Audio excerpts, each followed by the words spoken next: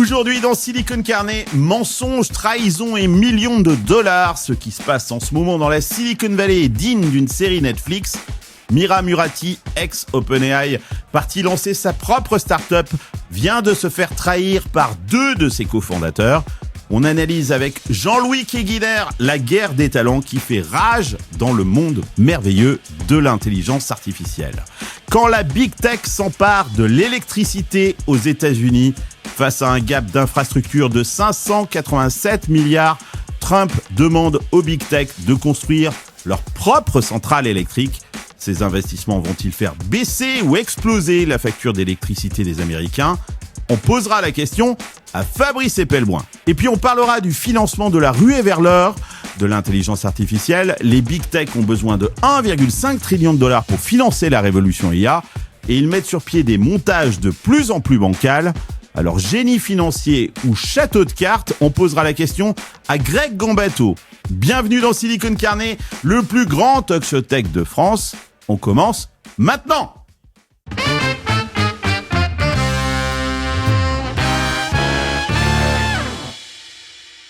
Désolé d'appuyer sur pause, mais si tu kiffes cet épisode, aide-moi en t'abonnant et en likant cette vidéo. C'est ce qui me permet de continuer à produire ce contenu en toute liberté. Alors on continue, mais tu likes et tu t'abonnes. Je vous le dis chaque semaine, abonnez-vous à la chaîne de Silicon Carnet sur YouTube. Laissez-nous 5 étoiles sur vos plateformes de podcast préférées. Et puis n'hésitez pas à rejoindre l'Hacienda, c'est la communauté des fans de Silicon Carnet. En rejoignant l'Hacienda, vous avez accès à toutes les notes de l'émission, toutes nos analyses avec toutes les sources, tous les liens. C'est super dense, on ne restitue qu'une partie infime de nos travaux de recherche dans les émissions de Silicon Carnet. Donc si vous avez envie d'accéder à toutes les ressources, ça se passe sur Substack. En plus, ça vous donne accès au WhatsApp privé des fans de Silicon Carnet qui échangent dans des channels thématiques tous les jours et ainsi qu'aux événements de l'Hacienda. D'ailleurs, hier, il y avait le dîner de l'Hacienda. On était plus de 50. Je vous montre les photos. C'était super bien. Donc, si vous voulez participer au prochain dîner qui aura lieu en mars, abonnez-vous à l'Hacienda. Ça se passe sur Substack. J'ai mis le lien dans la description de cet épisode. Et puis, prochain festin, c'est pour bientôt, c'est dans une semaine. Un festin assez particulier puisque j'ai décidé d'inviter des entrepreneurs qui viennent des quartiers. Voilà, pour une fois, en fait, on n'avait pas un seul représentant des quartiers autour de la table pour cocher la case.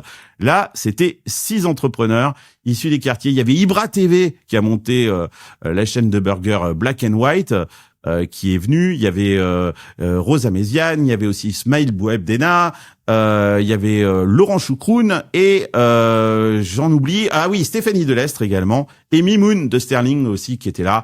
On a passé un super moment, c'est votre prochain festin et c'est pour bientôt. Go yourself. Alors, je le disais en introduction, ce qui est en train de se passer en ce moment dans la Silicon Valley est digne d'une série de Netflix. Ça s'est passé cette semaine. Barrett Zoff et Luc Metz, 2 cofondateurs de Thinking Machine Labs, la start-up à 12 milliards de dollars de Mira Murati, viennent de retourner chez OpenAI. Mais l'histoire ne s'arrête pas là parce que on apprend que Zoff aurait été en fait licencié pour conduite non éthique. Thinking Machine Labs l'accuse aujourd'hui d'avoir partagé des informations confidentielles avec des concurrents. Et vous allez voir que c'est pas un cas isolé. La Silicon Valley est en train de se livrer une véritable guerre des talents. Les cerveaux d'intelligence artificielle valent des fortunes. Et d'ailleurs, on a fait des études on a été chercher les chiffres pour vous montrer combien sont payés ces cerveaux de l'intelligence artificielle dans la Silicon Valley. Et on les a trouvés, ces chiffres, hein. Et il y a des alliances qui se font et se défont en quelques semaines. Alors, j'avais une question pour commencer ce débat, messieurs. C'est quoi exactement ce qui est en train de se jouer en ce moment sous la surface ? Jean-Louis, tu as envie de répondre Barrett, c'est pas que la confidentialité, il y a une histoire de cul aussi. Hein. A priori, il y aurait une histoire de cul avec une collègue. Hein. Désolé, ouais, je te le rajoute aussi, c'est important, ouais. très important. Il y a une histoire de cul cet été, visiblement. Il aurait entretenu une relation avec une de ses collègues et Mira Murati aurait été informée de cette situation et visiblement Mira Murati l'a très mal pris et puis leur relation effectivement se serait détériorée depuis et puis Et puis on en est là aujourd'hui, quoi. Bah, moi, ce que j'ai trouvé intéressant, donc il faut qu'on mette le Barrett et Luke, les deux là. C'est majeur ce qui se passe parce que c'était deux qui étaient spécialisés. Barrett est spécialisé en post-training. Post-training, c'est quasiment la partie la plus importante de l'entraînement. En gros, je prends souvent l'exemple, si tu dégauchis, toi qui aimes l'art, Fabrice, on appelle ça dégauchir, je pense, quand on fait de la sculpture. Ça, c'est l'entraînement normal. Et puis après, tu vas faire du post-training, tu vas raffiner la donnée, tu vas optimiser ton modèle en réentraînant par-dessus le modèle d'origine. Ce que fait Greg avec sa startup Ctrl-G. Et donc, Greg en reparlera plus. Mais Barrett, c'est un des mecs qui était spécialiste de ce sujet-là chez OpenAI et du coup qui revient. Donc quand tu vois la dégradation des modèles ces derniers mois d'OpenAI, tu te dis que lui était là-bas avant que ça se dégrade. Tu te dis qu'il a peut-être aussi pris un gros chèque pour revenir, sachant que le deuxième, pourquoi je dis ces indices-là, Luke était la personne à l'origine de O1, du premier modèle de reasoning de chez OpenAI. Ok. Donc les breakthroughs, la qualité et tout ça, vu la gueule d'OpenAI ces derniers temps, je me dis que peut-être il y a un gros chèque qui est arrivé sur la table, qui est venu, on va dire, au bon moment pour certaines personnes. Donc c'est pas impossible qu'il y ait ça, sachant qu'il y a une fuite des talents quand même chez OpenAI aussi. Greg, tu nous rappelles un petit peu le contexte de Thinking Machine Labs.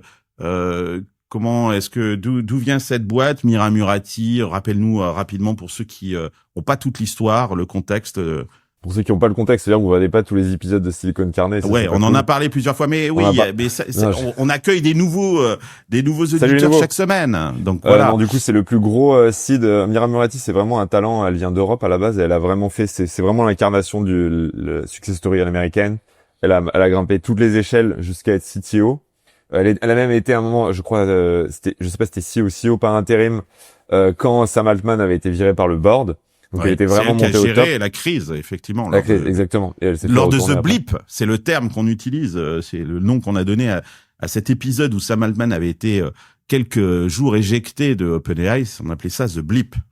Et du coup, ensuite, elle a lancé Thinking Machines et elle a réussi à faire le style le plus incroyable de l'histoire parce qu'elle avait 2 milliards. À 10 milliards de valo, je sais plus si c'était pré ou post-money, mais peu importe.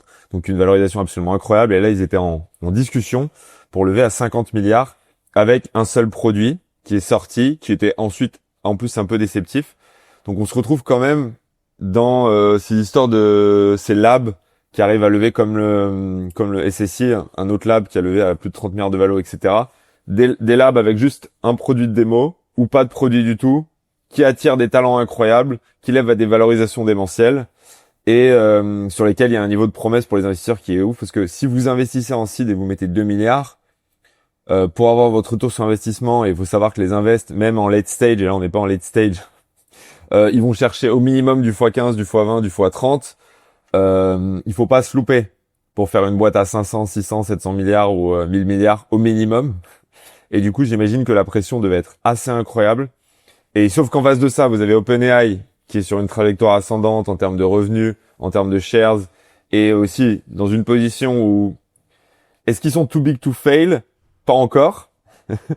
Et on va le voir après sur les sujets d'infrastructure. En tout cas, ils essayent d'être too big to fail pour se faire sans doute bail-out par le gouvernement américain en cas de crise de l'IA et d'éclatement de la bulle, au même titre qu'une banque, que la plupart des banques en 200008.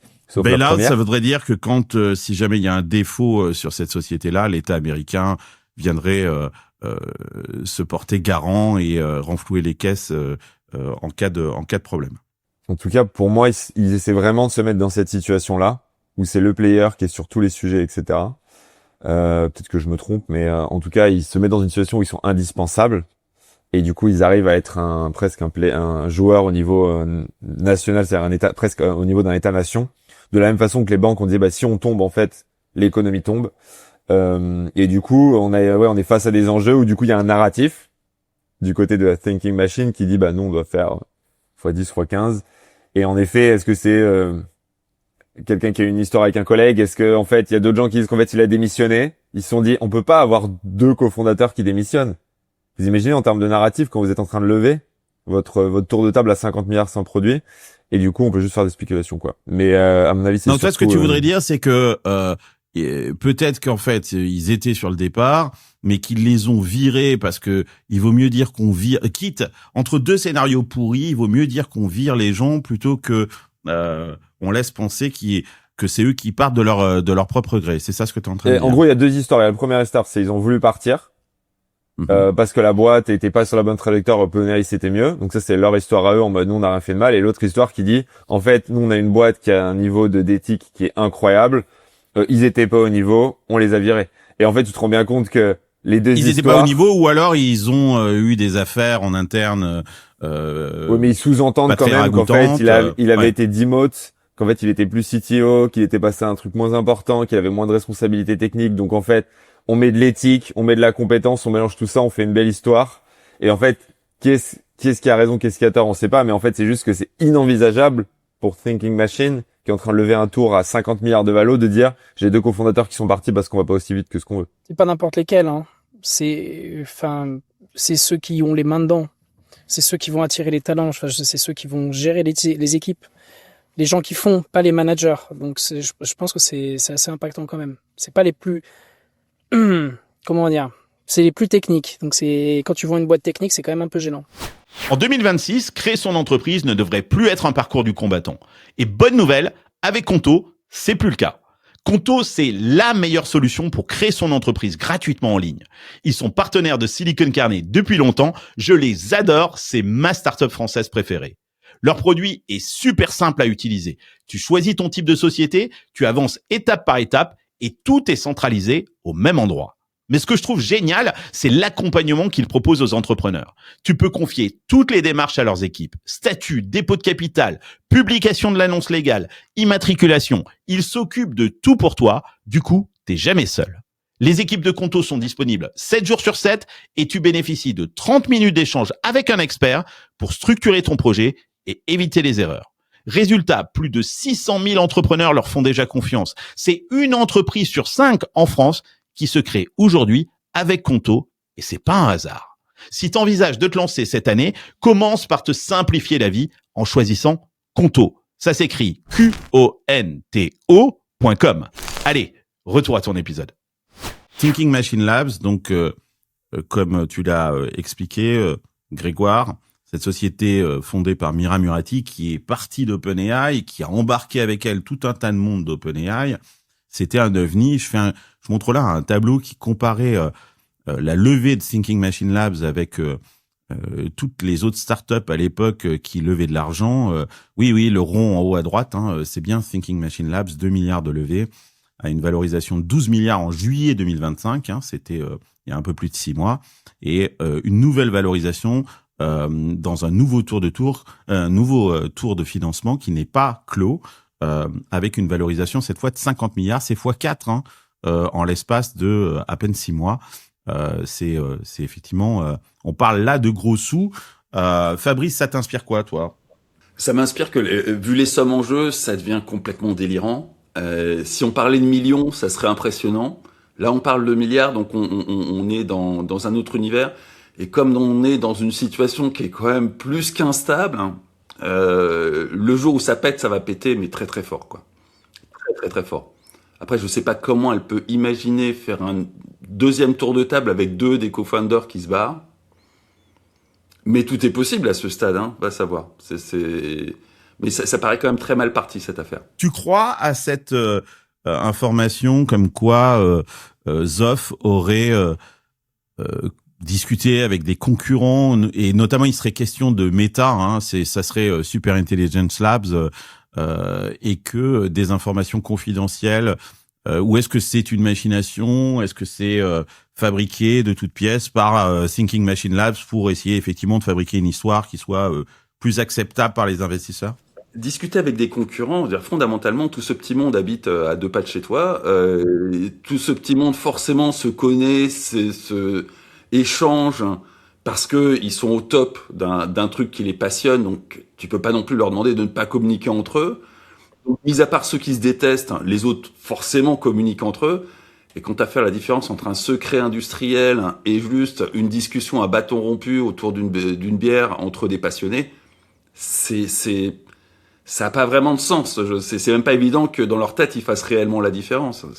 D'ailleurs, à ce sujet, je discutais avec des chercheurs justement en intelligence artificielle à San Francisco et qui me disaient que les enjeux financiers sont tels aujourd'hui que justement ce type de conversation un petit peu ouverte qu'on avait l'habitude d'avoir entre chercheurs de différentes sociétés n'est plus envisageable aujourd'hui et que c'est un véritable problème pour eux parce que pour faire progresser, ils ont besoin de parler entre eux.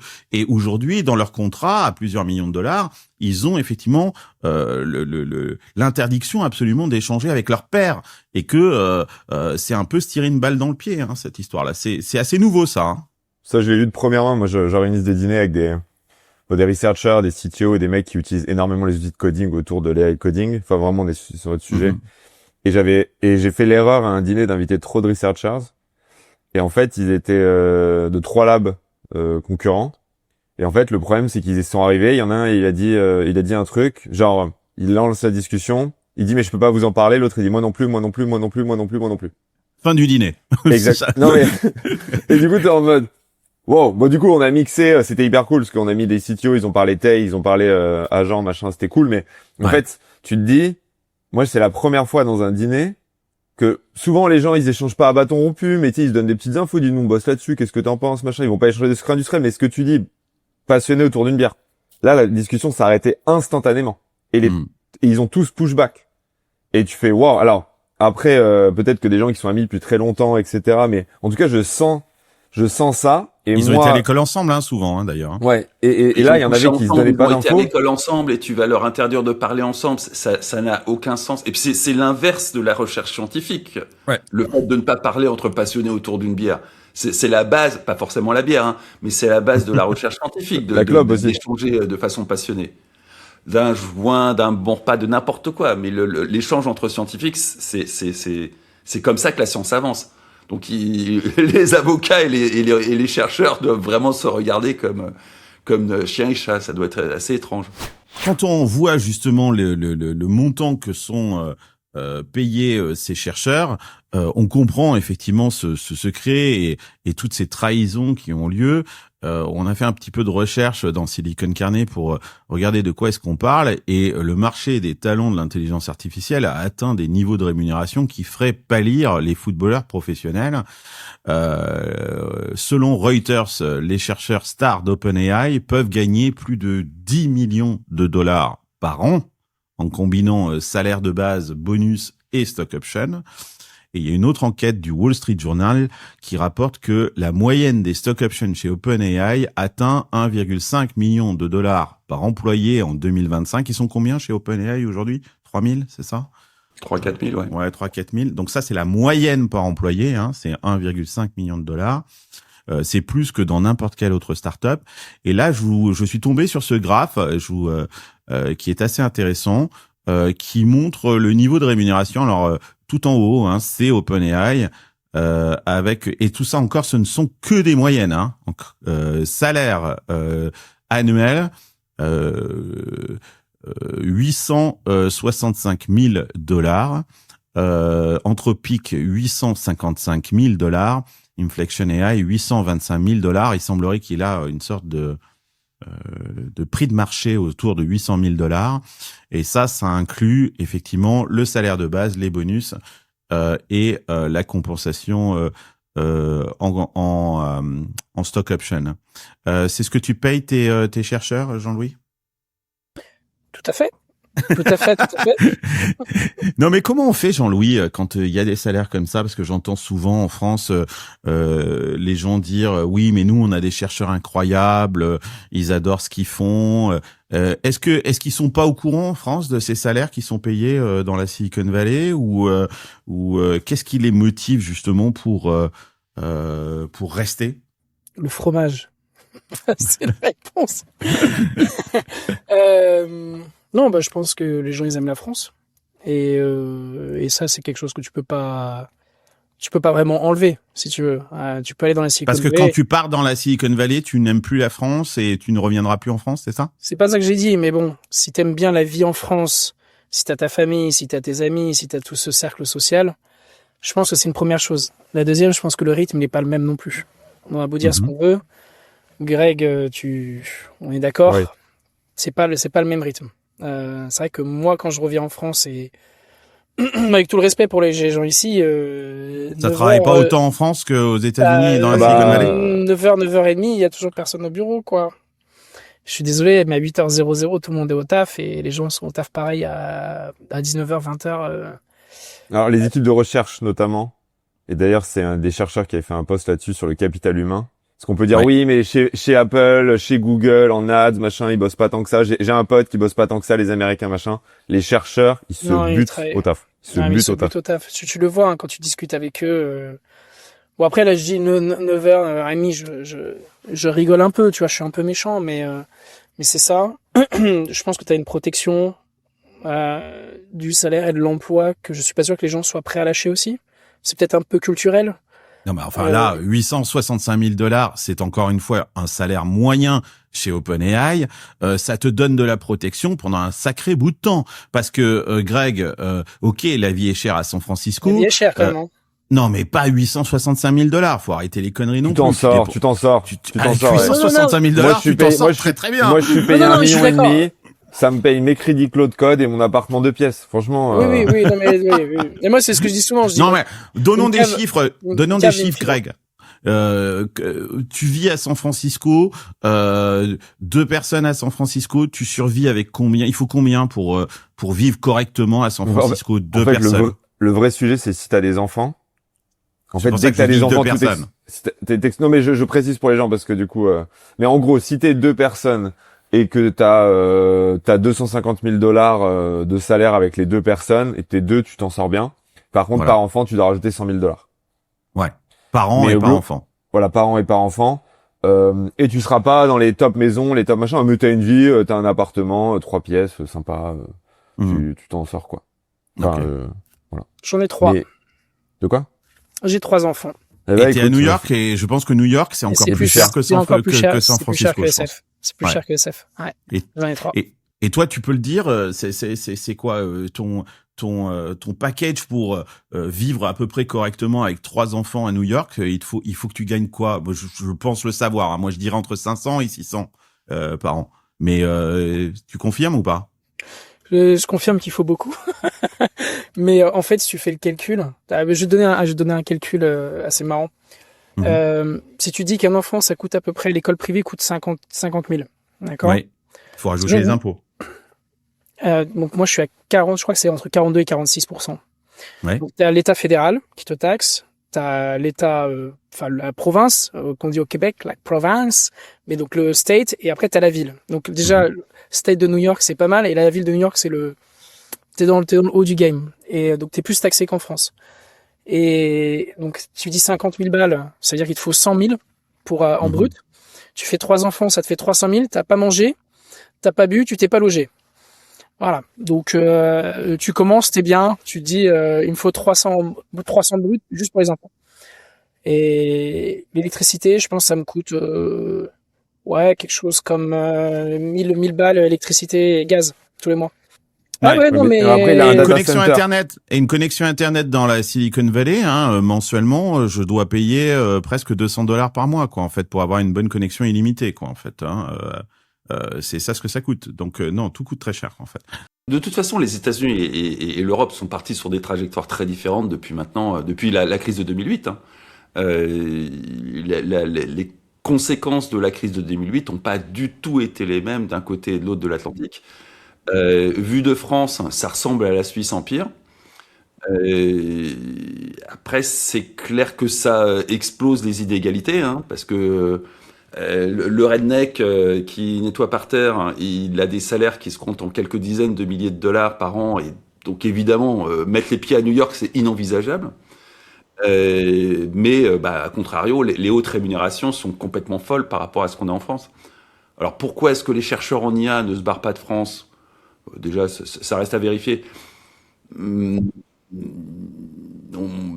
y a plein de raisons. Il y a encore quelques qualités à la France, hein, mais je pense que ça va pas durer et que à terme, les Américains et les Chinois vont remporter la mise. En ce moment, c'est la folie dans la Silicon Valley. L'IA accélère, les cartes sont redistribuées Et pour comprendre ce qui se joue vraiment, vous pouvez écouter Silicon Carnet, mais le mieux, c'est encore de venir sur place. Du coup, je voulais vous parler de Ramp Up Lab, partenaire de Silicon Carnet. Ramp Up Lab, c'est Boris et Marie, des amis de longue date que je connais bien. Ils sont basés dans la Silicon Valley depuis près de 20 ans. Et ils organisent des Learning Expeditions sur mesure à San Francisco pour des dirigeants, des équipes d'innovation et des programmes MBA. Concrètement, c'est 2 à 7 jours d'immersion dans ce que la vallée fait de mieux aujourd'hui. Vous visitez des grands groupes comme Nvidia, Google ou Meta, mais aussi des startups, des investisseurs, des labs et des campus. Je fais partie des intervenants et je peux vous dire, c'est pas du tourisme. Chaque immersion, c'est un vrai bootcamp avec des analyses, du retour terrain, des ateliers IA et innovation, avec un objectif clair, transformer tout ce que vous voyez en feuille de route pour votre entreprise. Ramp Up Lab s'occupe de tout sur place.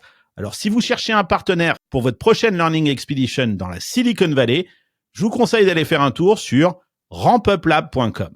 Allez, retour à ton épisode. L'origine des chercheurs dans l'intelligence artificielle, il y a des stats intéressantes là-dessus. 47% des chercheurs IA de haut niveau sont d'origine chinoise en 2022 contre 29% en 2019. Donc il y a une progression là de la Chine. Ils arrivent à former des chercheurs là-dessus. Côté français, ça représenterait 5 à 6%. Donc voilà, je sais qu'on se glorifie souvent d'avoir énormément de chercheurs de très haut niveau, et ce qu'effectivement on a, mais il y a des chercheurs de très haut niveau aux États-Unis, en Inde, en Chine et dans d'autres pays. Donc ça vient du monde entier et ça s'agrège effectivement en grande partie ici dans la Silicon Valley où il y a effectivement ce mercato absolument incroyable. Un petit tour d'ailleurs de ce mercato. Daniel Gross qui a cofondé Safe Super Intelligence avec Ilya Sutskever, l'ancien scientifique en chef d'OpenAI. La startup lève $1 milliard pour développer une IA soi-disant sûre et super intelligente. Et moins d'un an plus tard, Gross quitte la boîte de Ilya Sutskever pour rejoindre, devinez qui? Meta, bien évidemment.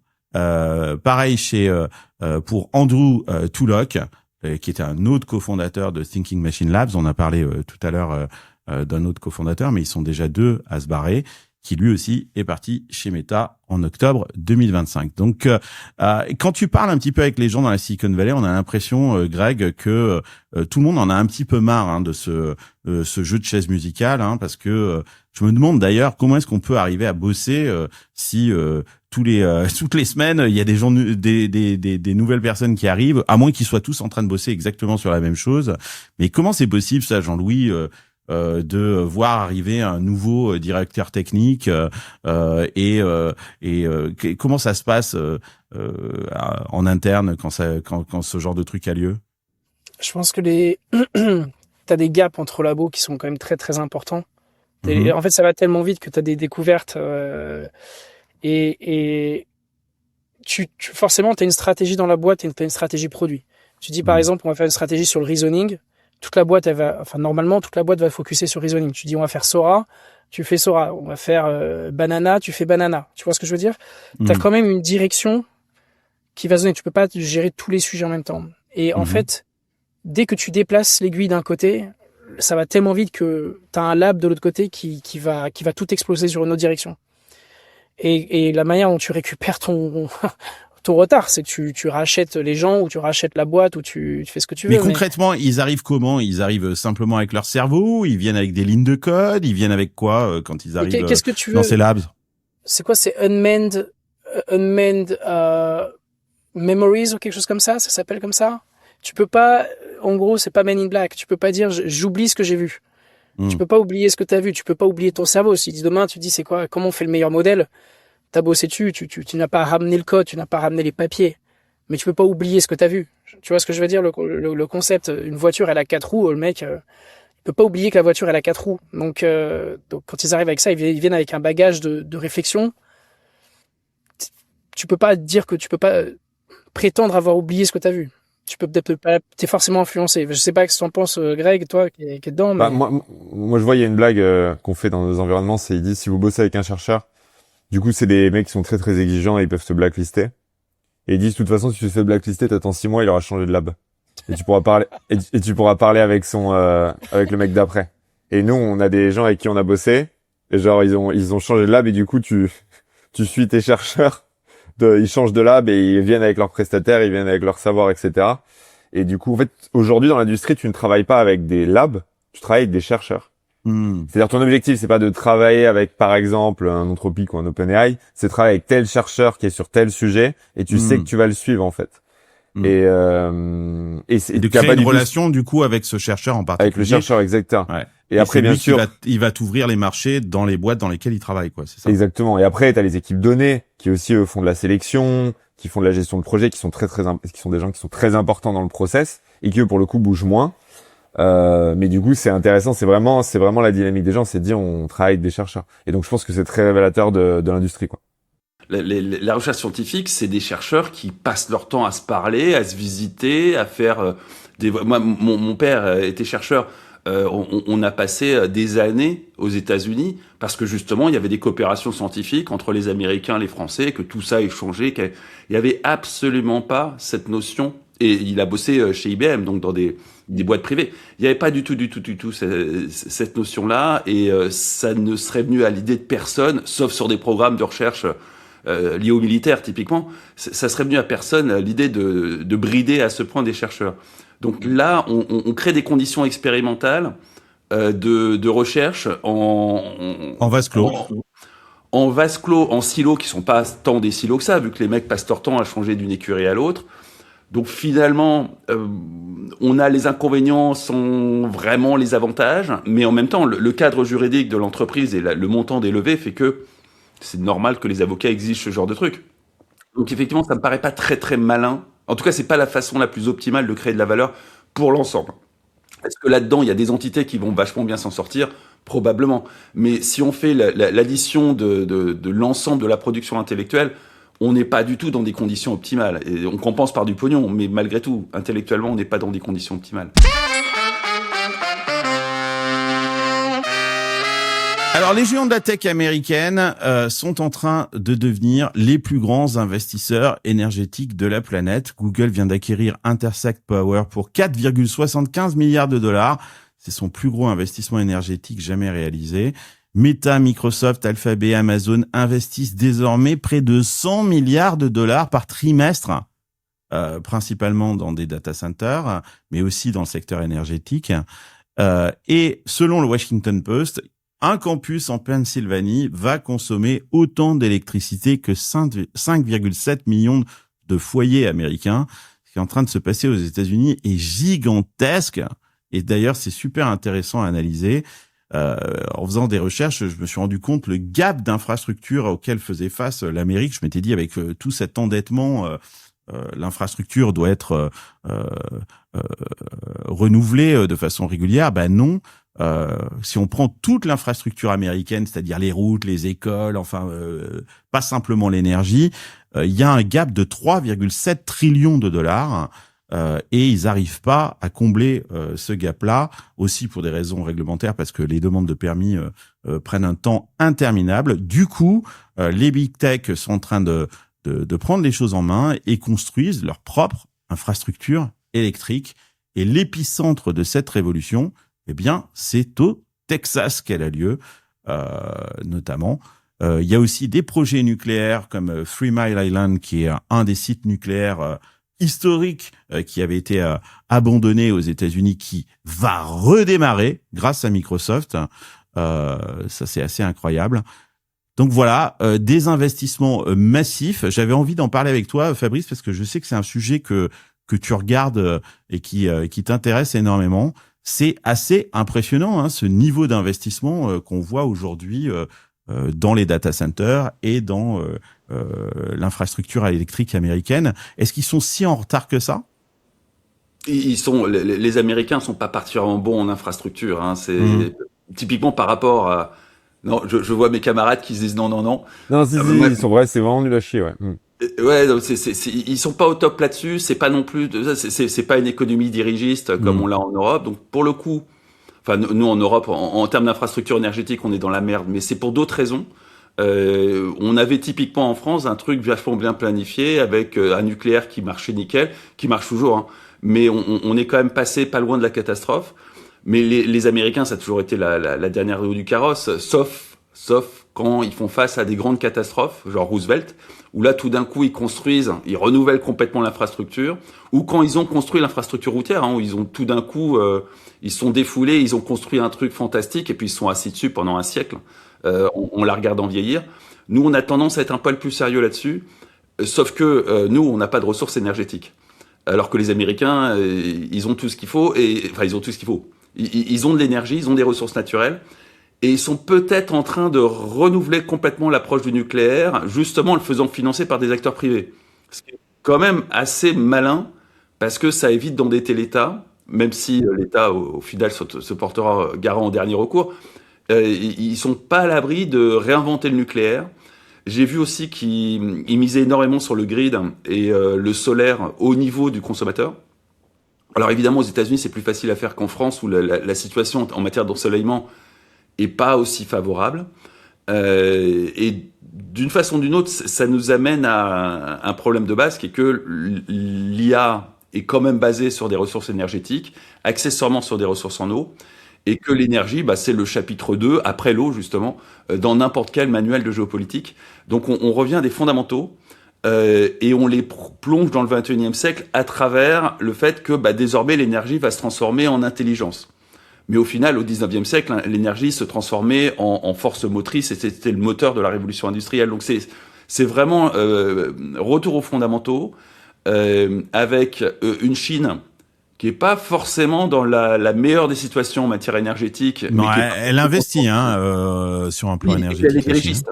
Donc en Chine, tu vas voir le comité central du Parti communiste où, rappelons-le, il n'y a que des ingénieurs qui vont anticiper le problème, voir que dans 15 ans, ils vont avoir un souci et mettre en branle dès aujourd'hui un truc pour résoudre un problème dans 15 ans. Ce qu'on peut pas faire dans une démocratie, parce que 15 ans, c'est 3 mandats, donc tout le monde s'en fout.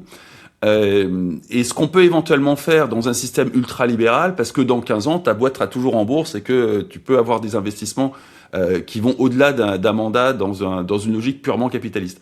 Donc là encore, l'Europe est dans une situation un peu délicate. Ça va être très très compliqué pour l'Europe. L'équation énergétique, de toute façon, c'est déjà un très très gros problème, surtout depuis qu'on n'a plus Nord Stream. C'est une catastrophe pour l'industrie allemande. Cette catastrophe que vit l'industrie allemande, l'Europe va le vivre dans sa globalité sur tout ce qui demande énormément d'énergie. Et manque de peau, la grosse révolution qui nous tombe dessus avec l'IA.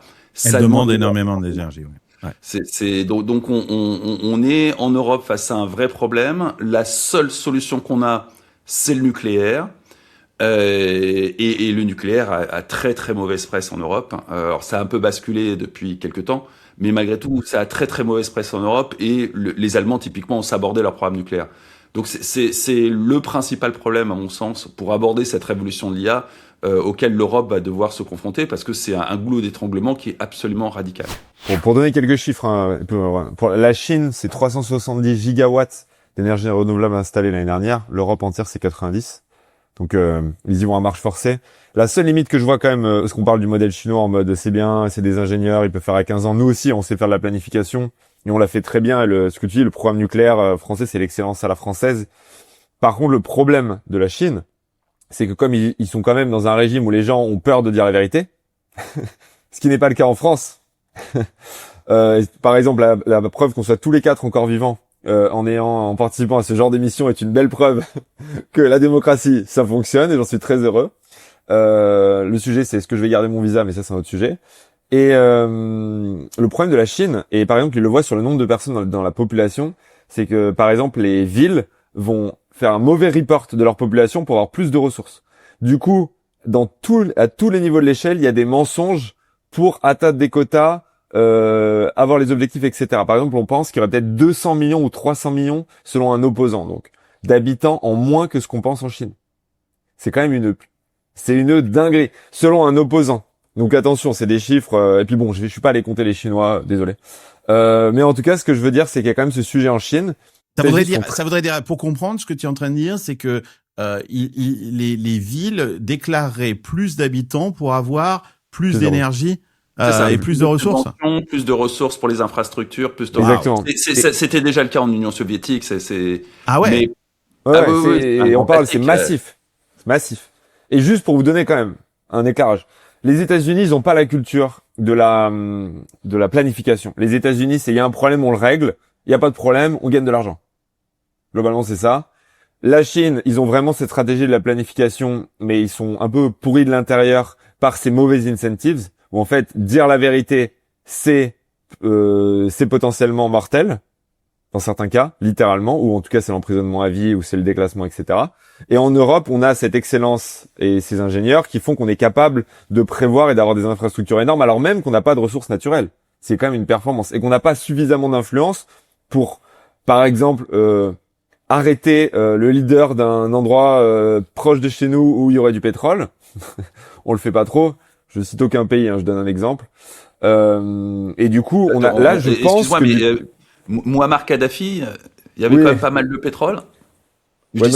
On l'a fait à une époque, on l'a fait, parce qu'on s'insurge là de en tout cas, l'infra, il y a un play. Je pense qu'on a un play en Europe. Voilà. Non mais attends, continuons là-dessus parce que c'est intéressant. On s'insurge en Europe du kidnapping parce que c'est un kidnapping du président vénézuélien, mais ce genre de pratique et déclencher des guerres pour des raisons énergétiques ou des raisons politiques, on sait le faire aussi par le passé. On l'a fait en Libye, on l'a fait dans d'autres endroits du globe, Fabrice. Il faut quand même préciser qu'en Libye, c'était bien évidemment une opération humanitaire. Ah oui. Ça n'avait rien à voir avec quoi que ce soit d'autre qu'une opération humanitaire qui s'est mal terminée, certes. Alors que je suis pas d'accord. Ils ont sauvé le soldat Sarkozy, non? Voilà, on a sauvé le soldat Sarkozy de justesse. Mais ça s'est pas très bien passé pour les Libyens. Ça s'est très mal terminé pour Muammar Kadhafi. Ça a provoqué une zone de non-droit absolument hallucinante, des flux migratoires totalement incontrôlés. Enfin, il y a eu des conséquences très très lourdes.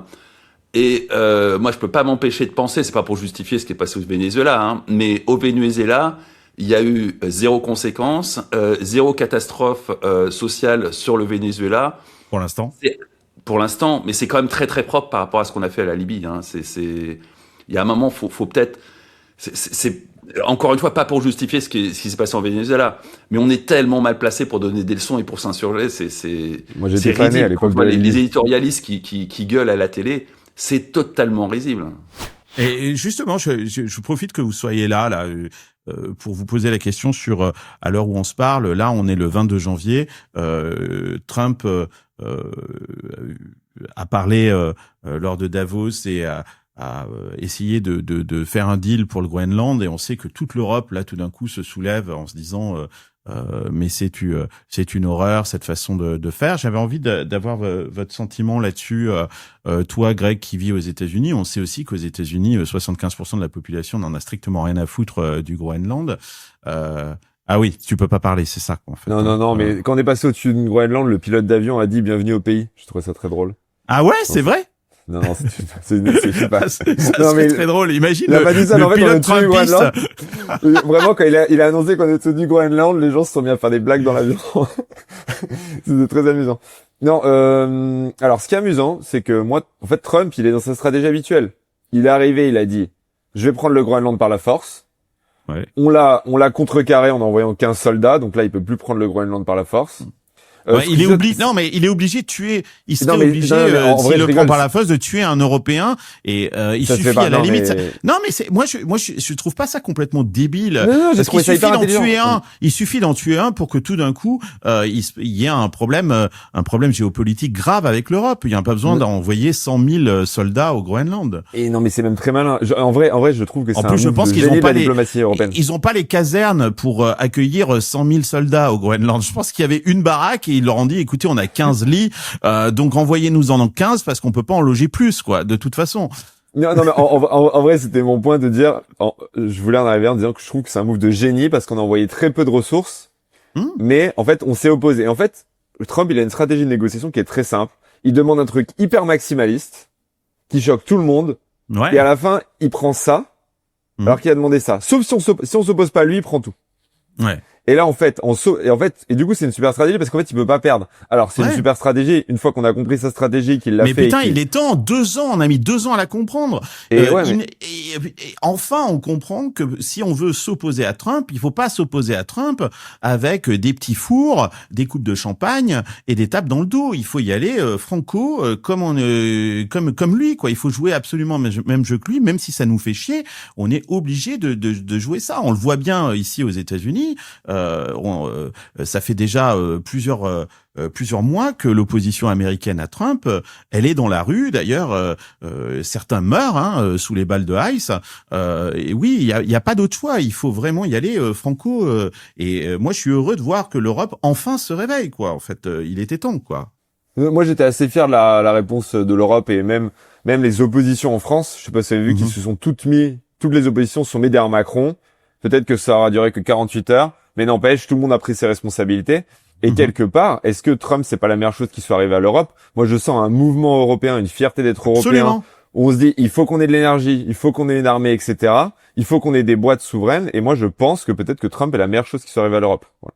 Tu veux te marrer, mais depuis 1 mois et demi, 2 mois, j'ai jamais eu autant de demandes souveraineté, RGPD. Tu sais, on a Venta, c'est un système c'est un système où tu donnes, tu sais, SOC, ISO, toutes tes certifications là. Et les gens font la demande pour voir les documents. Je n'ai jamais eu autant de gens à demander le report RGPD et compagnie. C'est un truc de dingue. Donc il y a quand même un sujet. Je pense qu'on savait que les US étaient des gens qui observaient, mais là je pense que les gens se sont dit attention, il y a une perte du trust. Quand même. Voilà, mais après, tu vois, même moi, je vais être franc, je veux pas trop en parler parce que j'ai peur de pas pouvoir vous rentrer. Et je le dis sincèrement, je fais attention à ce que j'écris sur WhatsApp. C'est quoi ta situation aujourd'hui Je suis sur un visa E2, mais ils s'en battent les couilles, ou je sais plus quoi, peu importe. Mais ils s'en battent les couilles. Si je vais à la douane, les mecs vont dire ouvre ton téléphone, et tu parles mal du président, ils font ce qu'ils veulent. Je veux dire, non mais c'est quoi le truc? Les mecs ils vont en Groenland, ils mettent leur drapeau, ils en ont rien à foutre. Tu crois que ton visa ils en ont quelque chose à foutre? Désolé, mais ils s'en foutent complètement. Donc ils font ce qu'ils veulent, ils sont sur leur territoire, tu vois, ils ont leur souveraineté. Donc moi c'est pour ça, moi je dis pas trop de mauvaises choses. C'est dingue de se dire ça quand même, quoi, en fait. Hein. Je te le dis sincèrement. Je te dis sincèrement. On a un véritable problème, quand même. Fabrice, est-ce que tu penses que justement là, l'Europe a enfin compris comment est-ce qu'il fallait chevaucher l'animal Trump? Alors l'Europe, non, c'est loin d'être uni. Mais en tout cas, certains acteurs, dont la France, qui tout d'un coup se réveillent sur la souveraineté numérique, oui, clairement, oui. Moi, ça fait 10 ans que je gueule sur la souveraineté numérique. Là, tout d'un coup, en l'espace d'un mois, ça devient hyper mainstream. J'ai des interviews dans tous les sens sur. Alors, c'est vrai que toute la France est équipée en Microsoft Azure. Alors, c'est vrai que les Américains pourraient nous couper le cloud. Donc, il y a une prise de conscience. Après, on est dans une situation extrêmement précaire, non seulement parce qu'on a été totalement colonisé d'un point de vue numérique, mais surtout parce que les plus grands alliés des colons, c'est précisément les gens qui nous gouvernent. On sort de 2 quinquennats Macron où on a littéralement vendu la France aux GAFAM. On a multiplié les scandales divers et variés qui montraient que tel ministre, sa femme était chez Google, tel autre, sa sœur était chez Uber, que Uber a financé la campagne, que des trucs complètement invraisemblables qui font que les dirigeants Uber auraient financé la campagne de Macron? Oui. D'accord. Indirectement, le principal lobbyiste d'Uber, après avoir travaillé avec Macron pour installer Uber et détruire le droit du travail en France, a travaillé à sa campagne bénévolement. Pareil, McKinsey, ils ont mis une équipe d'une dizaine de cadors de très haut niveau bénévolement pour travailler à la campagne. Donc, on est vraiment sur une startup nation qui en fait était une invention américaine, poussée par les Américains, aidée par Microsoft, qui a été très très généreux en contrepartie. Donc c'est pas ces dirigeants-là qui peuvent porter un discours sur la souveraineté numérique. Ouais, alors attends, Fabrice, moi je me fais avocat du diable. Il y a peut-être jamais eu autant d'innovation et de financement. Ah mais je te dis pas que ça marche pas. Depuis que c'est arrivé, genre tu vois des Mistral, je dis pas que des ça marche H, pas. Non, des mais Dust, des trucs comme ça. Évidemment, le truc, c'est qu'évidemment, le fait d'importer en masse des technologies de top niveau venant des Américains, ça donne des résultats. Il y a pas de doute. Mais c'est pas des résultats souverains. Donc aujourd'hui, on en est à un stade où plus de 70% des infra cloud, aussi bien de l'administration que du CAC 40, c'est du cloud américain. Évidemment, s'ils nous coupent Microsoft Azure, le pays il est à l'arrêt. Et ça pose des vraies questions de souveraineté. Donc le problème aujourd'hui, c'est pas tant de devenir souverain numériquement, c'est invraisemblable dans tout un tas de domaines. Par contre, il y a des domaines, tu vois, que la DGSE française soit pieds et mains liés avec Palantir, c'est un vrai problème de souveraineté en termes de nation. Mais en même temps, ils ont pas le choix. Il n'y a pas d'alternative en Europe à Palantir. Donc, qu'est-ce que tu préfères, qu'on revienne à aux arcs et aux flèches? Moi, je préfère quand même que la DGSE signe un contrat avec Palantir plutôt que la DGSE lutte contre le terrorisme avec des arcs et des flèches. Hein. Bien sûr, mais à partir de là, il faut quand même que tu admettes qu'on est plus souverain sur nos renseignements et que nos renseignements dépendent directement des Américains. Sur le médical, on a filé les données médicales des Français à Microsoft. Là, on n'avait absolument pas besoin de leur faire un tel cadeau. Et des exemples comme ça, je suis en train de terminer un bouquin, je vous donne le scoop, sur vraiment un bilan de 10 années de déchéance de la souveraineté numérique. C'est complètement affolant. Ce qui pourrait se présenter à nous, ça serait, prenons les chantiers qui sont vraiment vitaux pour la France. Alors, refaire un Palantir, c'est très ambitieux. Mais typiquement, tu vas avoir une souveraineté sur tout ce qui est le secteur santé. La défense, on s'en sort pas trop mal. Mais la défense, on a fait des trucs complètement dingues. Le numéro 2 d'Airbus est devenu le président de Palantir France. À un moment, les clauses de non-concurrence, tu les appliques à ce niveau-là. Ou alors, tu remets en selle le concept de haute trahison. Et tu l'appliques à la hache ou à la guillotine. Mais on sort vraiment d'une... Enfin, c'était pas mieux avant Macron, hein, il faut être honnête. Hein. Ça, c'est pas de la faute à Macron, ça date d'il y a un petit bout de temps. Mais il a un point là-dessus, Jean-Louis. Tu dis, il y a jamais eu autant d'innovation depuis ces 10 dernières années. T'as raison, Jean-Louis. Mais est-ce que cet argent-là, on l'a dépensé stratégiquement? On avait soi-disant un État stratège. Mais qu'est-ce qu'on a fabriqué avec cet argent-là? Est-ce qu'on a fabriqué des alternatives aux solutions américaines? La preuve est que non, parce qu'aujourd'hui la DGSE ne peut pas se passer de Palantir. Et on peut pas se passer de Microsoft et on peut pas se passer d'AWS quoi, et d'Amazon. Tu peux pas fider un gap de 30 ou 40 ans en 5 ou 10 ans. Ça marche pas comme ça. Je veux dire, faut commencer à marcher. Non, mais là, on l'a accéléré, le gap. On a accéléré le gap. Et j'entends ça, j'entends tous les mecs de la French Tech et tous les macronistes, c'est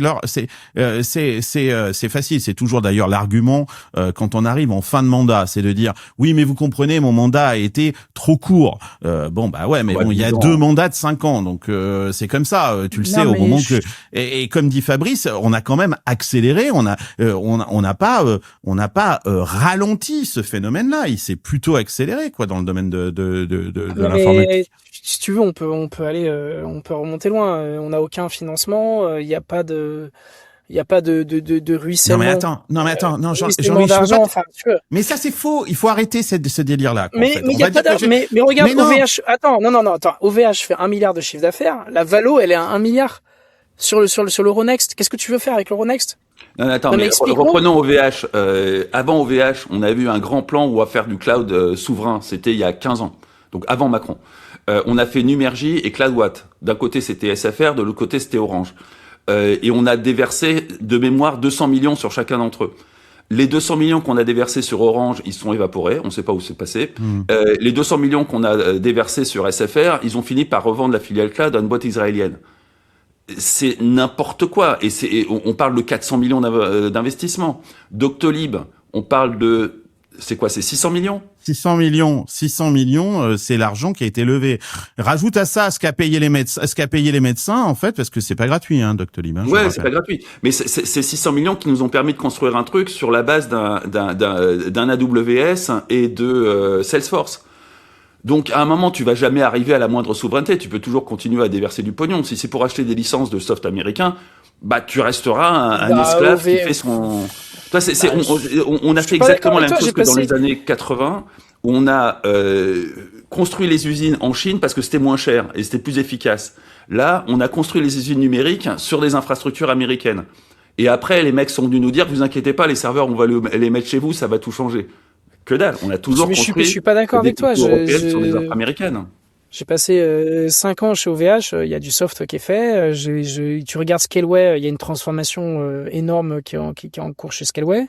Oui, mais tous les appels d'offres d'État finissent chez Microsoft parce que ça passe par Capgemini qui est intimement lié à Microsoft.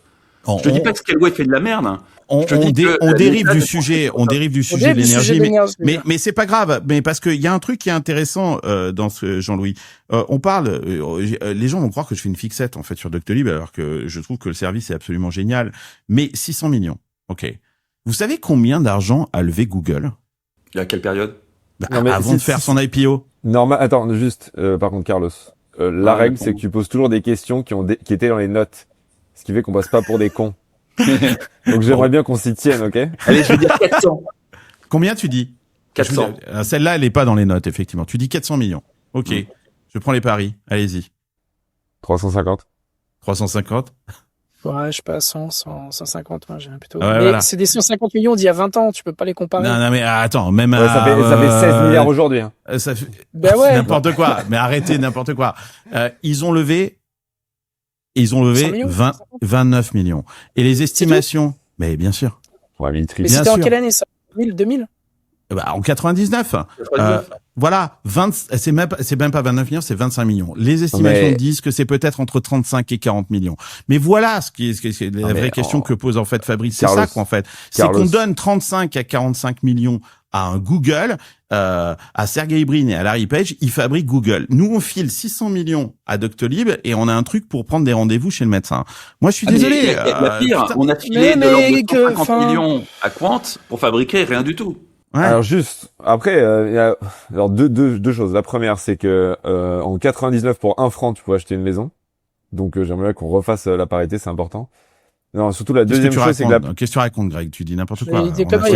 C'est du troll. Non, mais la vraie info, la plupart, aujourd'hui, le problème de la plupart des levées de fonds, c'est que quand tu lèves de l'argent en Europe, en effet, en gros, t'as 2 gros budgets, t'as un 3e budget qui se dégage. Le premier gros budget, c'est les ads sur Google, sur Facebook. Et il y a des boîtes qui lèvent pour dépenser 20, 30 ou 40% de la levée de fonds globale sur des Facebook ads ou des Google ads, etc.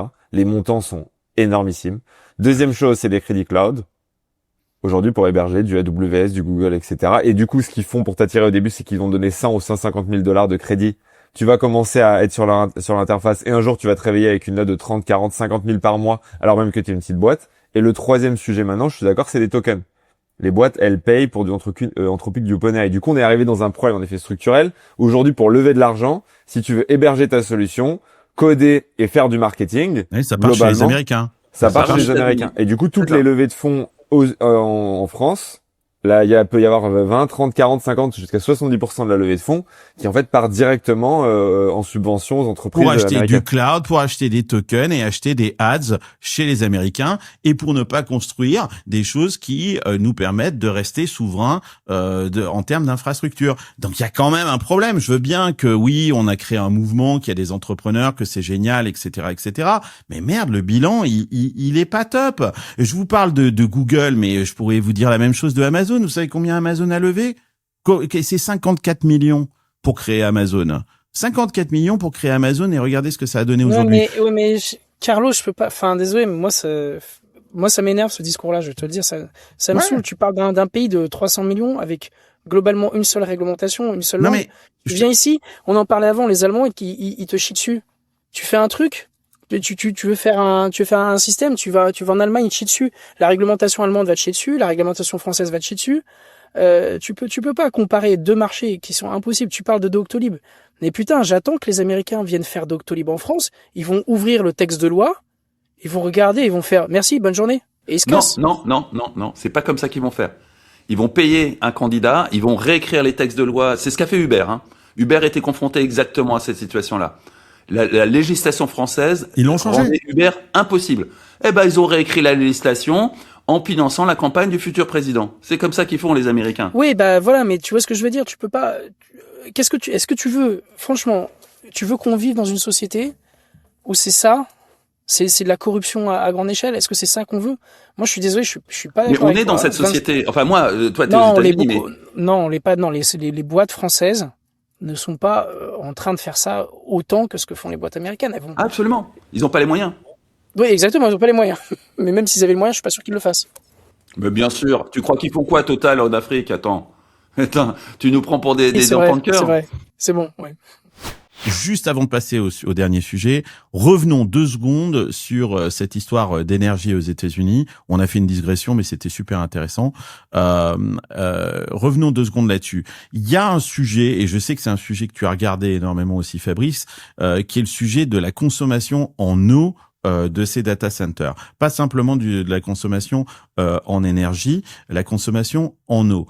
Et là, on découvre, il y a eu énormément de communication en Europe, mais aussi aux États-Unis, qui ont dit exactement la même chose, que ces data centers c'était une horreur pour les régions qui, ça venait assécher les régions qui accueillaient ces data centers en eau.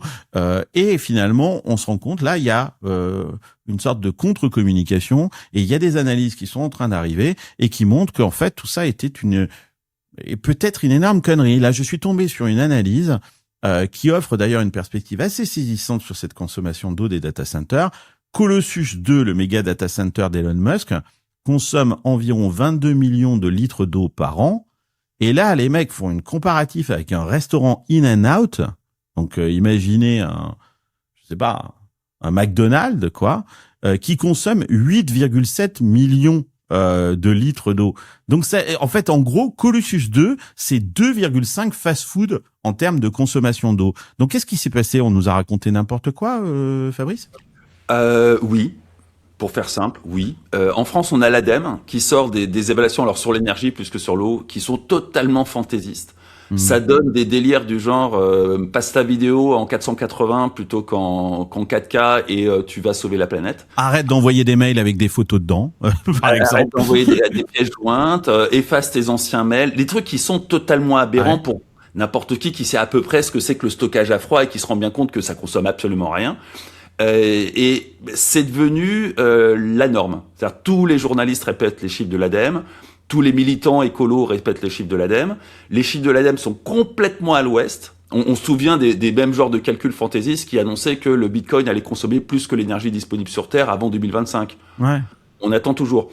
Et on a les mêmes genres de délire sur l'eau. La réalité, c'est que il y a un mouvement qui s'oppose au progrès, qui est pour les plus extrêmes, carrément déclinistes, et pour d'autres qui ont juste peur d'un progrès qui objectivement est flippant. Donc la peur peut tout à fait se comprendre. C'est ce mouvement néoludite dont tu parles c'est ce fameux mouvement néoludite, alors qui est très multiforme. Ça va de gens qui sont relativement bien intentionnés et qui sont pas du tout pour la décroissance, à des gens qui sont vraiment dans une logique de il faut retourner à la terre et cultiver son propre jardin. Et tout ce petit monde s'entend très bien pour communiquer des chiffres qui sont totalement débiles, malgré des scientifiques assez calés qui annoncent des chiffres qui n'ont absolument rien à voir, les relayer dans la presse évidemment se précipite dessus, parce que la presse, il faut là aussi se mettre à la place des journalistes, ils voient l'intelligence artificielle débarquer, pour eux c'est un danger mortel, donc tout argument qui permet de dire c'est pas bien est bon à prendre, est bon à relayer, et on patauge dans une communication autour, alors en France, en Europe c'est surtout sur l'énergie, mais pareil sur l'eau. Ce qui veut pas dire pour autant que si tu installes un data center dans un endroit qui est en face hydrique, tu crées pas un problème supplémentaire. Il faut aussi installer ton data center dans des endroits. Oui, mais aux États-Unis, par exemple, ça les emmerde pas d'installer au plein milieu de l'Arizona des terrains de golf. Et là, il y a une étude que je vous montre, qui est une étude du Lincoln Institute of Land Policy, qui nous explique que les Américains utilisent plus d'eau chaque année pour arroser leurs terrains de golf. C'est plus de 500 milliards de gallons, 2 trillions de litres d'eau que tous les data centers du pays réunis. Ouais, voilà. Et pareil pour la consommation électrique. On se rend compte que les illuminations de Noël aux États-Unis consomme un truc absolument incroyable et quand on le compare à l'intelligence artificielle, et j'ai l'impression quand même que l'IA est plus intéressante que les illuminations de Noël. Donc voilà, donc effectivement, il y a des chiffres maintenant qui apparaissent et qui remettent un petit peu de l'eau dans le moulin, si je veux faire un jeu de mots, quoi. Ouais, je suis pas convaincu que la presse va relayer ces chiffres. À mon avis, on va continuer à avoir des chiffres bidons et des études bidons parce que ça plaît et parce que on a des médias qui relaient l'information qui leur plaît, pas l'information qui est vraie ou fausse. Et qui plus est, il faut être honnête, hein, les journalistes sont absolument incapables ne serait-ce que d'avoir une idée d'à quel point cette idée d'effacer tes anciens mails pourrait économiser de l'énergie, ce qui est pour n'importe qui comprend un minimum ce que c'est qu'un serveur est complètement ridicule. Ou le fait que de faire transiter de l'information dans un routeur va générer une surconsommation d'énergie du routeur. Le routeur, il est allumé ou il est éteint, mais la différence de consommation entre il transmet de l'information ou juste il attend patiemment qu'on lui demande quelque chose, elle est négligeable. Et c'est une accumulation de trucs qui, pour quelqu'un qui n'y comprend rien, semble assez naturel. Finalement, je transfère de l'information, donc je dépense de l'énergie. Parce que fondamentalement, leur modèle social, c'est j'envoie une lettre à la poste, donc effectivement, il faut que le postier il prenne son vélo, ensuite il aille la livrer, donc ça consomme de l'énergie. On est dans du grand n'importe quoi scientifique et on va pas en sortir de sitôt parce que en France, c'est appuyé par l'ADEME, qui est une agence de l'État. Donc à partir du moment où tu as l'État qui ment, et peut-être que mentir est un peu excessif comme terme, mais en tout cas, il raconte n'importe quoi et il regarde ailleurs quand on lui souligne à quel point il raconte n'importe quoi.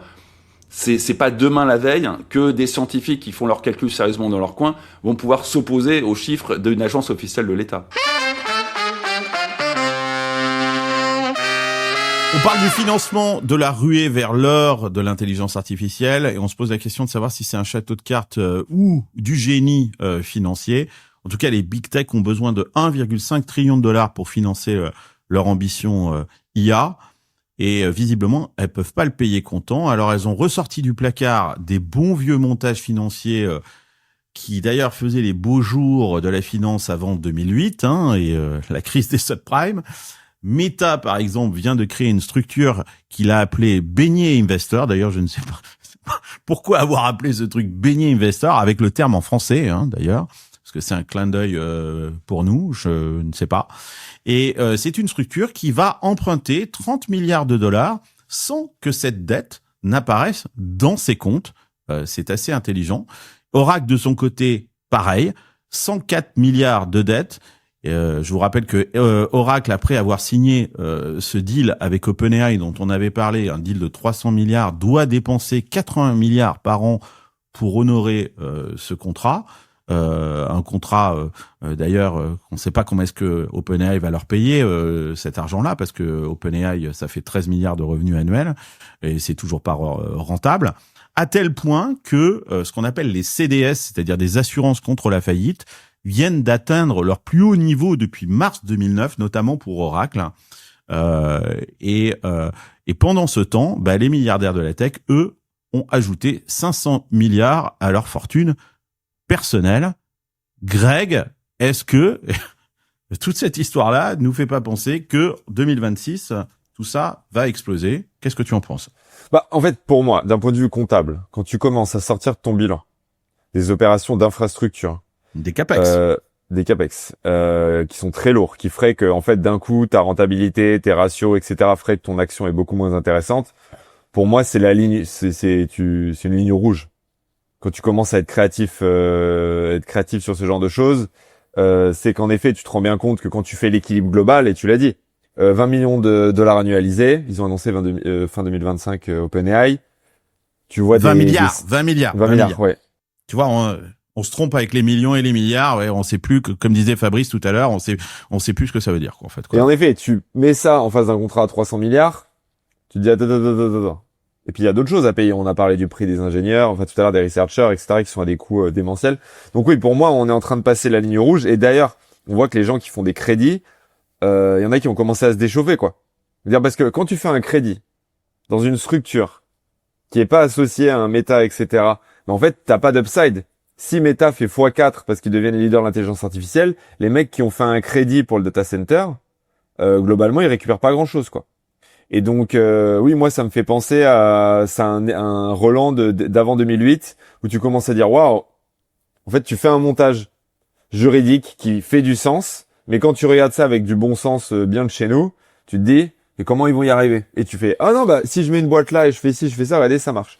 Donc ouais, moi, très bon sens paysan, quand je regarde les dépenses annoncées, les investissements et que je vois qu'ils commencent à sortir ça de leur bilan, je me dis que ça serait un peu mauvais.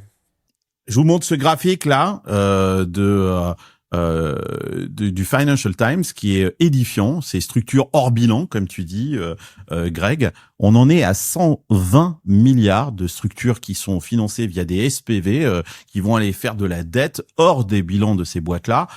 Oracle, 66 milliards, Meta, 30 milliards, on en a parlé. XAI aussi fait la même chose, 20 milliards. CoreWeave, 2,6 milliards. Donc effectivement, ces structures fleurissent comme des champignons, pop-up là comme ça. Et ces SPV, ils sont financés par des sociétés comme BlackRock, Apollo, etc. Et quand on dit, parce que moi j'avais tout un discours qui était de dire oui, non, mais on n'est pas comme dans la bulle de 2001 parce que c'est des sociétés qui font du revenu qui financent ces infrastructures. Mais là, si on fait des véhicules hors bilan qui vont faire de la dette et qui souscrivent de la dette auprès des BlackRock, etc., qui sont finalement la retraite des Américains, non, c'est plus les GAFAM qui sont en train de financer, c'est effectivement l'Américain moyen qui est en train de financer ces structures hors bilan et ces dettes, et là, ça commence à puer très très grave. Et en fait, c'est quoi l'intérêt de BlackRock? Je sais pas si, d'ailleurs, même vous en parlez avec des VC, le problème des VC, c'est qu'il y a des VC des investisseurs qui ne lèvent pas des trop gros fonds parce que c'est dur à déployer.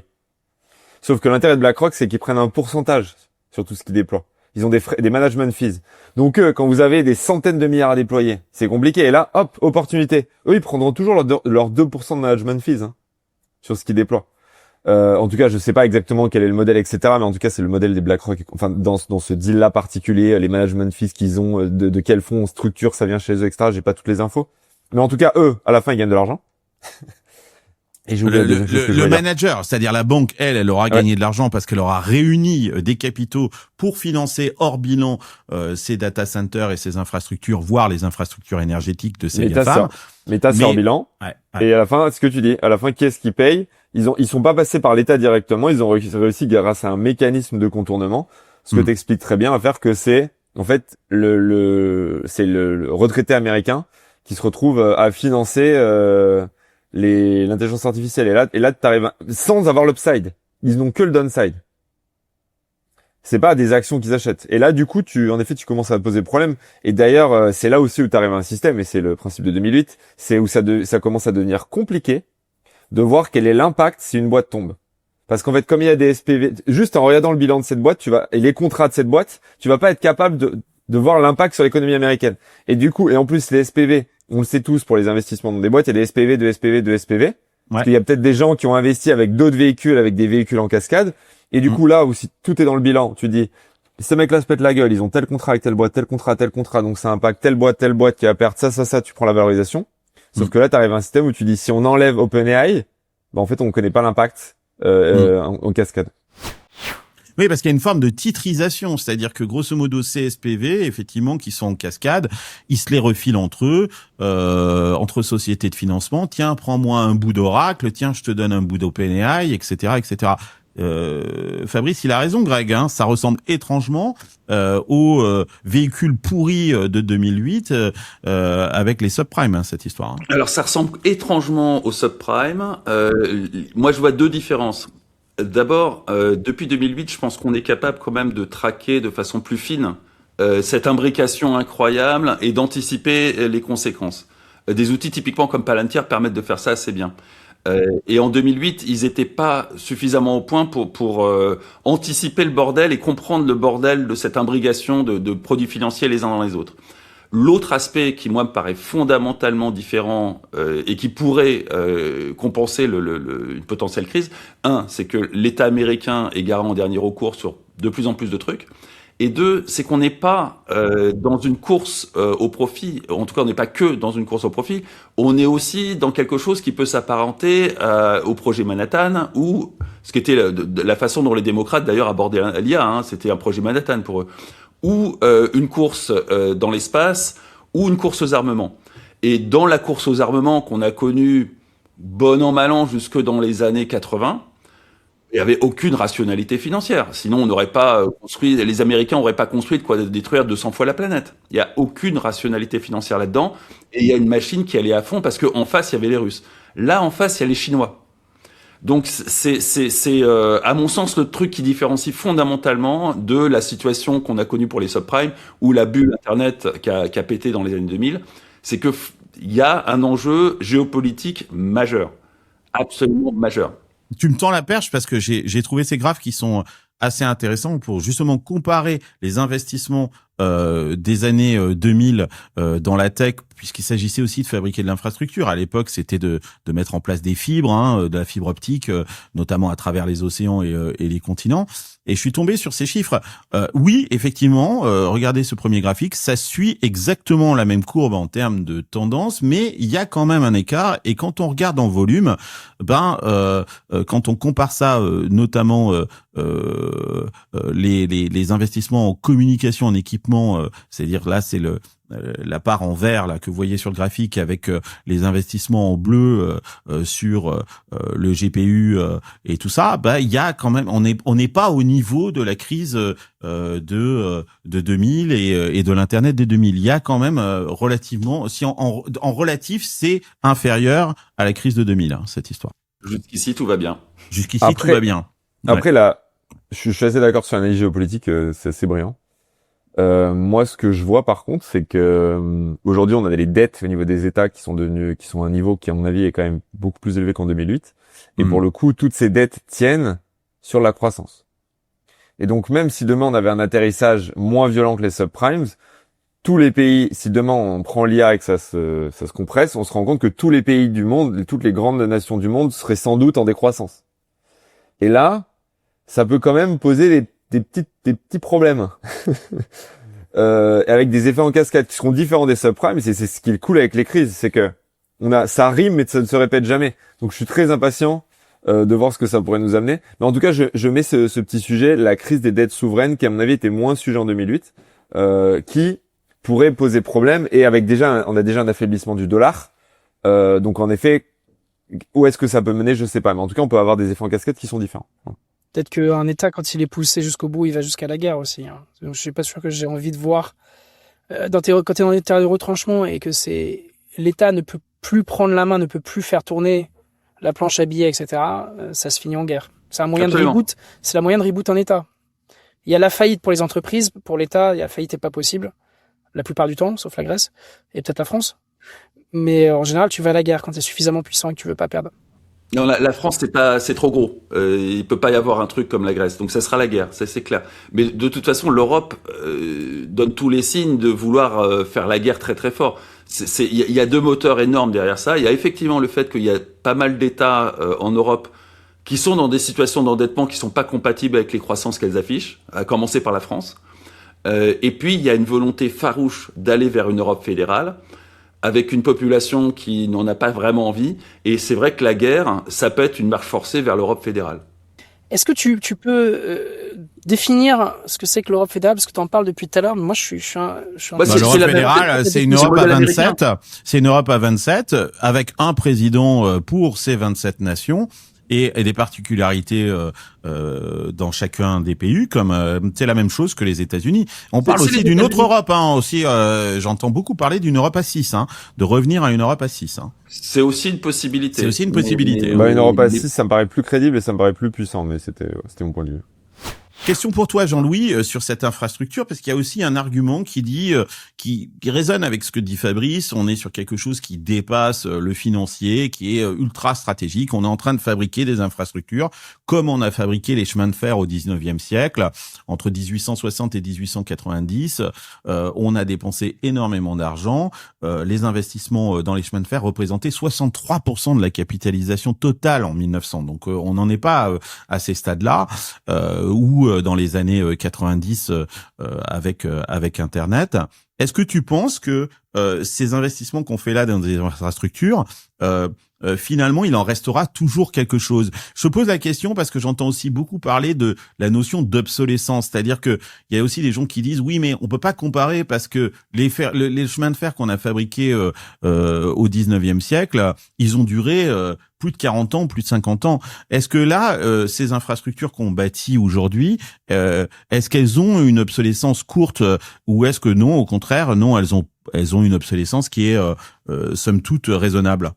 C'est intéressant comme question. Je pense que tout ce qui est énergétique, Ouais. qui a été traité juste Dont avant, on a parlé, ouais. dont on a parlé, pour moi, c'est du vrai investissement. C'est peut-être le truc dans l'IA, c'est peut-être le seul truc qui est palpable, qui va être physiquement représenté. Et ça, je pense que l'accroissement de la population, etc., t'as beau dire ce que tu veux, le monde est de plus en plus énergivore et ça va rester et c'est nécessaire. Donc toi, c'est drôle parce que tu dis, t'as eu l'autoroute du physique avec le chemin de fer, t'as eu l'autoroute de l'information avec Internet, et peut-être que t'as l'autoroute de la connaissance qui est en train d'être construite. Donc, est-ce que c'est plus éphémère? Je sais pas. La question, est-ce que les GPU, il y a de l'obsolescence programmée? T'as des GPU qui ont plus de 10 ans et qui tournent encore. T'as Oui. des V100, les V100, elles ont 9-10 ans. Tu les utilises encore pour de l'inférence. C'est pas un problème. Donc ça c'est le premier truc. Le deuxième, c'est pas parce qu'on a plein de GPU et qui sont des puces spécifiques à l'IA que les modèles vont pas tourner sur CPU dans 2 ans ou 3 ans. Ok. Et donc tu vois, donc est-ce que c'est spécifique? Les infrastructures, elles le sont maintenant, mais est-ce qu'elles auront besoin de l'être plus? Je sais pas. Tu reprends le chemin de fer. T'allais dans les gares, t'avais plein de stations, tu sais, avec des cuves d'eau pour remettre dans la machine à vapeur, etc. Bon, c'est le GPU, c'est ça, c'est la cuve d'eau. C'est pas pour ça que les rails ne vont pas être là. Et les rails étant les modèles, en tout cas la connaissance ou ce que tu es en train de faire. Donc je pense qu'il faut pas qu'on confonde le temps court, les GPU, le shortage de mémoire, les trucs comme ça, et le temps long qui sont les autoroutes de la connaissance ou les autoroutes de la réflexion qu'on est en train de construire. Après, est-ce que c'est ce qu'on veut pour l'humanité? Ça, c'est une autre question. Je vais pas débattre dessus. Moi, je trouve ça pas ça illogique et je pense que oui, ça va générer plein de choses. Ça va générer de la productivité et tout, mais je pense que ça va générer beaucoup de connaissances. Ça va générer de la science. Ça va générer une accélération de science. Ça va débloquer des molécules. Ça va débloquer plein de choses. Et en fait, derrière, on regardera, on dira, c'était comme le train où on a débloqué sur la côte ouest parce qu'on débarquait des denrées sur la côte est. Ça, pour moi, ce sera à peu près la même chose. Ouais, super intéressant comme analyse parce que beaucoup de gens parlent de cette obsolescence, mais effectivement, moi, j'avais à peu près le même feeling que toi, c'est-à-dire de dire oui, effectivement, il y a une obsolescence de certaines technologies, mais dans tout ce qu'on est en train de construire, il n'y a pas une obsolescence non plus à 5 ans ou 3 ans comme on l'entend quelquefois. Il restera en fait toujours quelque chose. En tout cas, pendant ce temps, pendant que Wall Street s'interroge sur cette soutenabilité du financement de l'intelligence artificielle, les fondateurs et les dirigeants de la tech, eux, ils font fortune. Les 10 premiers milliardaires tech américains ont ajouté plus de 500 milliards de dollars à leur fortune en 2025. Ça va faire plaisir à Zuckman. Leur richesse cumulée est à 2,5 trillions de dollars. Je vous montre le graphe, hein.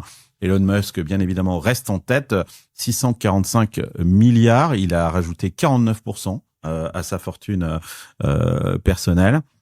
Suivi de Larry Page à 270 milliards. On comprend pourquoi est-ce qu'il se barre de Californie, hein, puisque on en a parlé dans un précédent épisode de Silicon Carney. La Californie réfléchit à une taxe de 5% sur un peu une taxe Zuckman. Larry Page, c'est plus 61%. De fortune en 2025. Jeff Bezos, 255 milliards, plus 7%.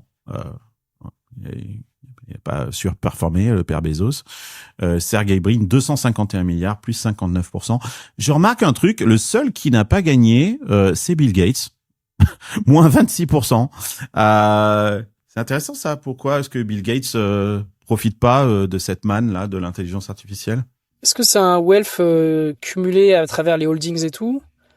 Et est-ce que tu considères que tout le cash out, parce que quand le mec il achète des terres, parce qu'il sait que tu parlais des ressources tout à l'heure, tu disais il y avait quoi? Tu disais l'eau en premier, c'est ça? Ouais, l'eau, l'énergie et évidemment les terres, mais les terres.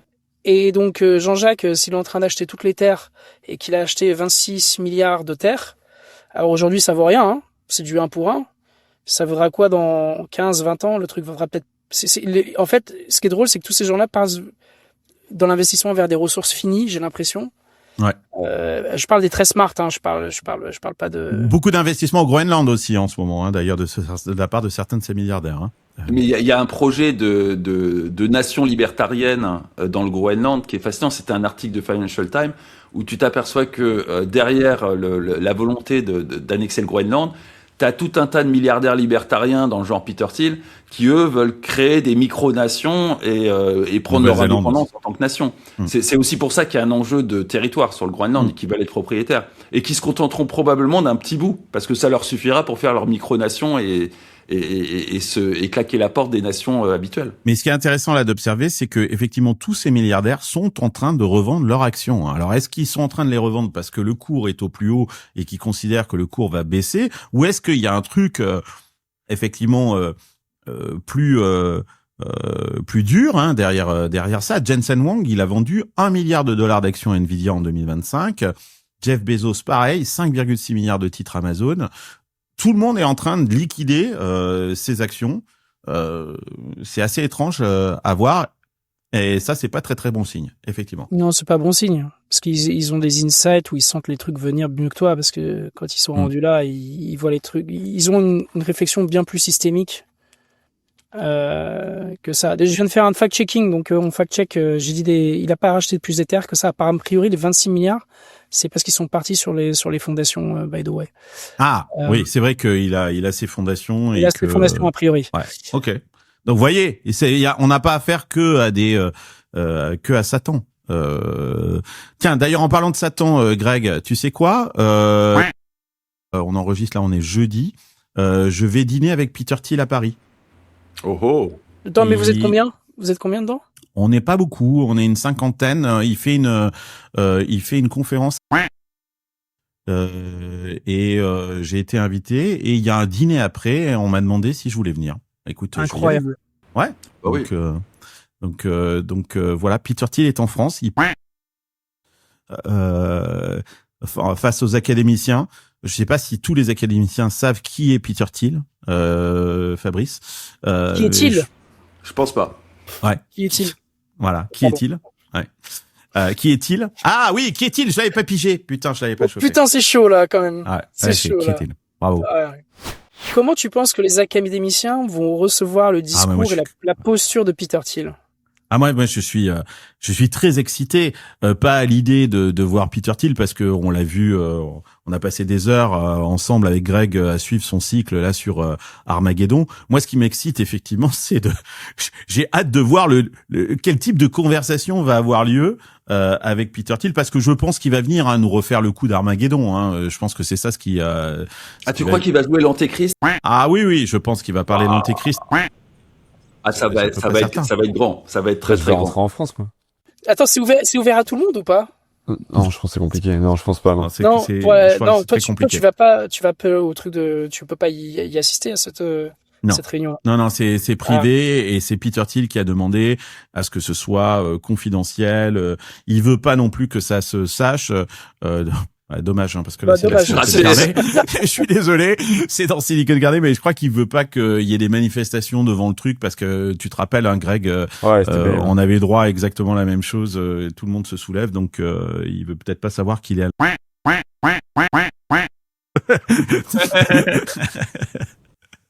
Donc voilà, bah écoute, on en parlera, je vous ferai un débriefing de ça, quoi, en fait, quoi, si ça vous intéresse, quoi, en fait.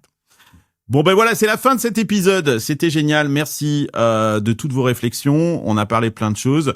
Dernière question avant qu'on se quitte là. Après tout ce qu'on vient de se dire là sur ce mercato, tout ce Netflix dans la Silicon Valley qui a lieu, ces big tech qui se prennent pour des États-nations, qui investissent dans l'énergie et ces trucs financiers.